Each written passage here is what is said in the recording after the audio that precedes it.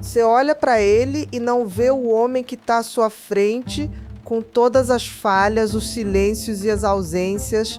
Você vê um rascunho, uma promessa de obra-prima que acredita piamente que só as suas mãos são capazes de terminar. É quase uma alucinação compartilhada, onde você enxerga uma alma ferida, incompreendida pelo mundo, esperando apenas pelo amor certo para florescer. E claro, esse amor certo é o seu. Existe uma arrogância silenciosa nisso, percebe? A crença inabalável de que a sua paciência é infinita, de que a sua compreensão é a chave que vai destrancar o coração dele. Você se sente útil, necessária, insubstituível. Não é sobre ele ser incrível agora, é sobre o que ele pode ser se você se esforçar o suficiente por dois. Você se apaixona pelo potencial, não pela realidade.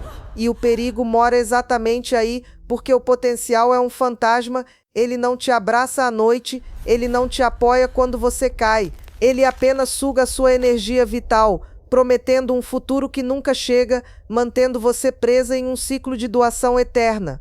No início parece nobre, parece amor incondicional, mas se você olhar bem no fundo, naquelas partes escuras que evitamos visitar, você vai perceber que estar com alguém que precisa de conserto te dá um propósito, te dá um lugar seguro onde você nunca precisa olhar para as suas próprias rachaduras, porque está ocupada demais tapando os buracos da alma de outra pessoa.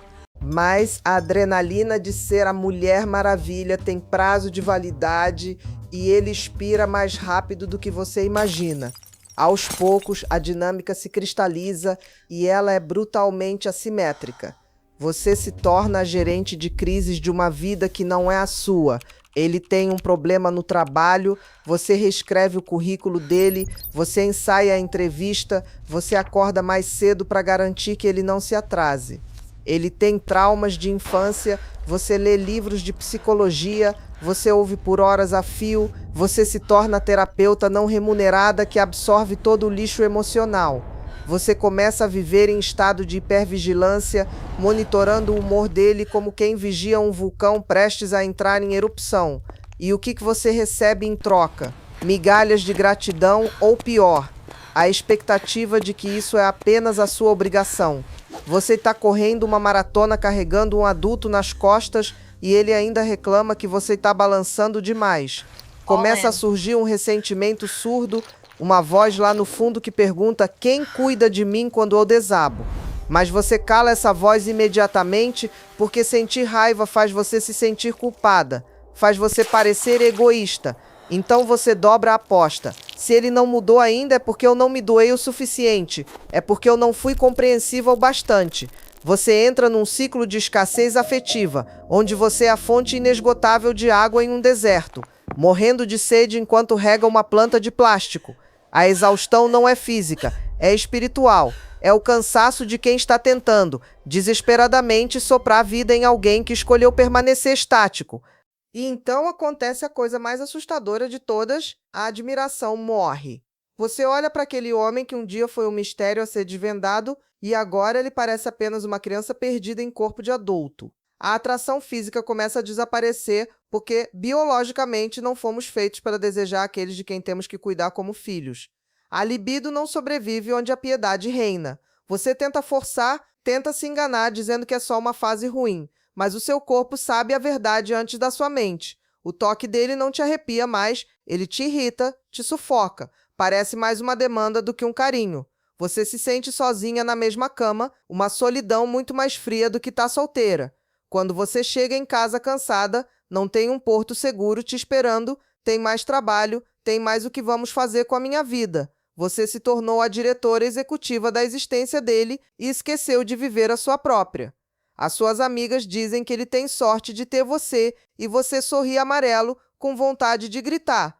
Sorte ou parasitismo, a raiva que você engoliu por meses começa a vazar em respostas ríspidas, em silêncios prolongados, em um distanciamento emocional glacial. Você começa a fantasiar com a liberdade, não com outro homem, mas com o silêncio, com a paz de não ter que resolver nada para ninguém. Você percebe que construiu uma gaiola dourada com as grades da sua própria bondade e trancou vocês dois lá dentro. Ele confortável na incompetência aprendida e você prisioneira da sua necessidade compulsiva de ser a heroína. Agora, preciso que você respire fundo, porque a verdade que vem a seguir vai doer mais do que qualquer ingratidão dele. Você não está fazendo tudo isso apenas porque é uma pessoa boa ou generosa demais. Você está fazendo isso porque é uma forma sofisticada de controle e de fuga. Enquanto você está obcecada em consertar a vida dele, adivinhe para onde você não está olhando. Para a sua própria vida, para o seu próprio vazio, para as suas próprias feridas que nunca cicatrizaram. Tentar salvar alguém é a distração perfeita para não ter que enfrentar a própria dor. É muito mais fácil organizar o caos do outro do que sentar no silêncio do seu próprio quarto e encarar seus demônios. E tem algo ainda mais profundo, algo que a sua criança interior grita em silêncio. Você aprendeu lá atrás que para ser amada, você precisava ser útil.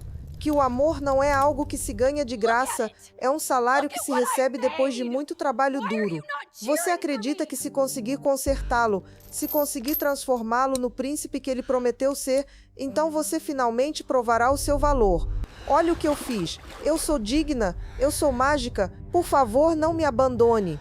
A sua ajuda é um seguro contra o abandono, porque se ele precisar desesperadamente de você para respirar, ele nunca vai embora. Você criou uma dependência mútua, ele precisa da sua força e você precisa da fraqueza dele para se sentir forte. Você está projetando nele a salvação que você queria ter recebido. Você está tentando salvar a si mesmo através de um corpo estranho. Chegou a hora de pedir demissão do cargo que você nunca deveria ter aceitado, o cargo de gerente do destino alheio. Solte as ferramentas, largue o peso, deixe o edifício desmoronar se tiver que desmoronar, devolver a responsabilidade da vida dele para as mãos dele é o ato de amor mais corajoso e difícil que existe. Você precisa confiar que ele é um adulto capaz de caminhar ou de cair e aprender a levantar sozinho, sem a sua mão segurando as costas dele. E a voz do medo vai sussurrar. E se ele não conseguir? E se ele for embora porque a minha utilidade acabou? Se isso acontecer, então a resposta mais brutal e libertadora já foi dada. Ele nunca amou você, ele amava o serviço de manutenção de vida que você prestava gratuitamente. Vai doer, o silêncio de não fazer nada é ensurdecedor no começo para quem é viciada em resolver. Mas nesse espaço vazio, você vai reencontrar alguém que estava esquecida há muito tempo, você mesma. Recolha sua energia vital, pare de sangrar para manter outro vivo. Use essa força para curar as suas feridas, para construir os seus sonhos, para ser a protagonista absoluta da sua própria história, e não a coadjuvante de luxo da tragédia dele. Amar não é carregar, amar é caminhar ao lado de quem sabe o próprio caminho. Você não é um centro de reabilitação para homens emocionalmente quebrados. Você é um destino, um prêmio, uma mulher inteira. E quem quiser estar ao seu lado, que aprenda a escalar a montanha sozinho para te encontrar no topo.